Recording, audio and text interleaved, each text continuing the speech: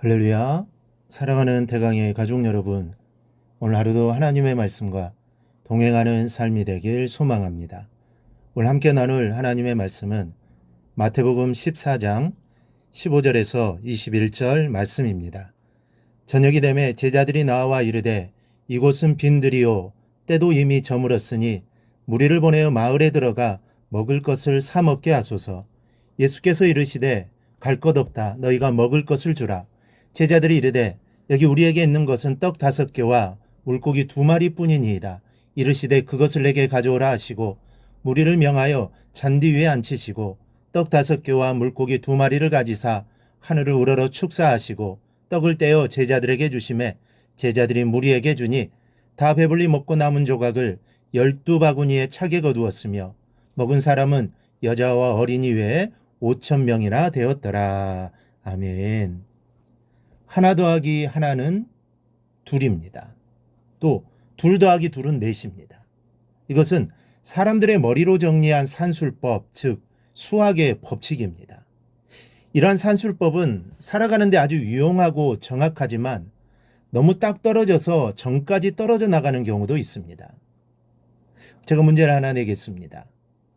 한번 계산해 보시기 바랍니다. 보리떡 5개 나누기 5,000명은 얼마일까요? 5,000명을 보리떡 5개로 나누면 쉬울 텐데 그 반대는 쉽지 않습니다. 이 전자계산기라면 모를까? 우리가 항상 사용하는 이 머리로는 이 계산이 쉽지 않습니다. 아마 답이 잘 나오지 않을 겁니다. 그러나 무리하지 마시고 계산을 중단하셔도 됩니다. 세상의 수학적 계산법으로는 얼마가 나올지는 몰라도 믿음의 계산으로는 답이 이미 나와 있습니다. 아니 이미 성경에는 답이 있습니다. 보리떡 5개 나누기 5,000명 얼마입니까? 답은 12강주리입니다.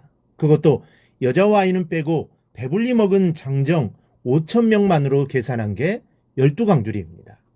사람들은 삼위일체를 이해하지 못해 어려워합니다. 하나님은 한 분이시지만 삼위의 격이 있으시다고 합니다. 이해가 쉽지는 않은 이론입니다. 하나면 하나고 셋이면 셋이지 어떻게 하나이면서 셋이고 셋이면 하나일 수 있습니까? 이게 말이 안 되죠. 많은 신학자들이 삼위일체를 설명하느라고 진땀을 빼며 이모저모로 설명을 합니다. 가족 중 아버지는 어머니에게는 남편이 되고 할머니에게는 아들이 되고 뭐 그런 식으로 설명을 합니다. 그럴듯하지만 정확하게 맞는 설명이 아닙니다. 이 삼위일체를 사람이 만든 산술법칙으로 이해하려는 시도부터가 잘못입니다. 그렇게 이해되는 것이 아닙니다.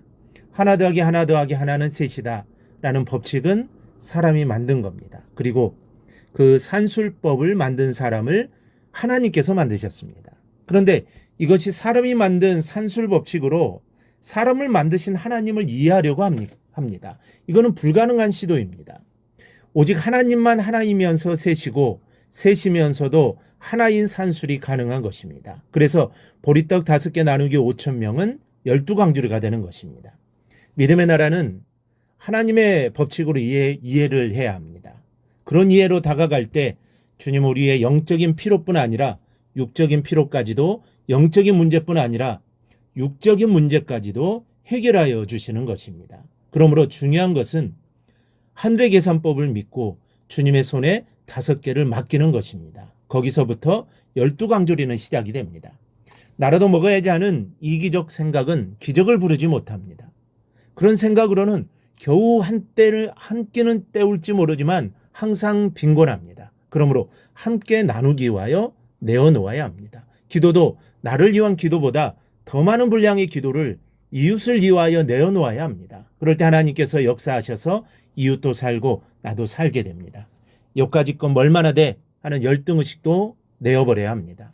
작다고 아무것도 못한다는 생각은 그 자체가 불신앙입니다. 기도하면서도 걱정하고 믿어지지 않는 만큼 믿습니다 반복하는 모습으로는 12강주리가 나오질 않습니다. 믿고 맡기십시오. 내 것을 베어 나누십시오. 주님의 손에 올려놓으면 나의 할 일은 끝이 나고 다 쓰고도 12강주리가 남기만 기다리면 되는 것입니다. 이것이 하늘의 산술법입니다. 20세기를 빛낸 백인의 인물 중에서 제1위가 누군지 아십니까? 에디슨입니다. 전기를 비롯해 발명의 금자탑을 마련해 지금의 과학 문명이 있게 한 그는 어려서부터 전혀 다른 산술법을 사용했습니다. 잘 알려진 일화처럼 그는 물방울 하나에 물방울 하나를 더하면 하나가 되는데 왜 꼭 일률적으로 둘이라고 해야 하느냐로 선생님께 전응하러 낙인 찍혀 학교 수업을 받지 못한 사람입니다. 병아리를 부화시켜 보겠다고 달걀을 품었던 그는 전혀 다른 산술법을 아무도 모르게 간직했던 사람입니다. 그의 전혀 다른 산술법이 기도 중에서 오늘의 세계를 일구었던 것입니다. 무엇이든 주를 위하여 사용된다면 거기 하나님의 역사가 나타납니다. 작다고 부족하다고 알지 못한다고 뒤로 물러나서는 안 됩니다. 고린도전서 1장 27절을 보면 하나님께 세상에 미련한 것들을 택하사 지혜 있는 자들을 부끄럽게 하려 하시고 세상에 약한 것들을 택하사 강한 것들을 부끄럽게 하려 하시며 라고 했습니다. 하나님 앞에서는 미련한 것, 약한 것 문제가 되지 않습니다. 우리가 믿는 하나님이 어떤 분이십니까? 전능하신 분이십니다.